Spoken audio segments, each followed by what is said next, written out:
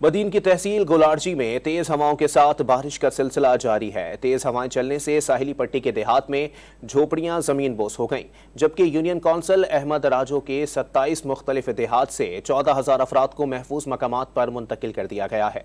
मजीद जानते हैं ton news के नुमाइंदे आगा बदरजई से। जी आगा बदरजई, बारिश से मजीद क्या नुकसान हुए हैं?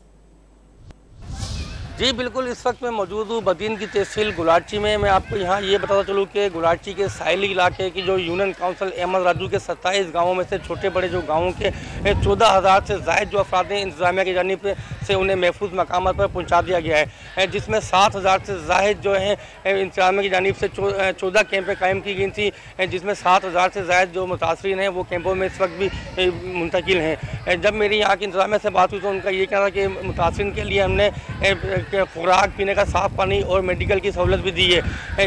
जिस कैंप में मैं इस वक्त मौजूद है इसमें बड़ी तादाद में मुतासरीन मौजूद है। जब मेरी मुतासरीन से बात हुई तो उनका यही कहना था कि हमें इंतजामिया की जानिब से हर सहूलत तो दी जा रही है, लेकिन जो पीछे हम जो माल मवेशी और जो हमारे घर हैं वो छोड़ के आए, हमें उसकी फ़िक्र है।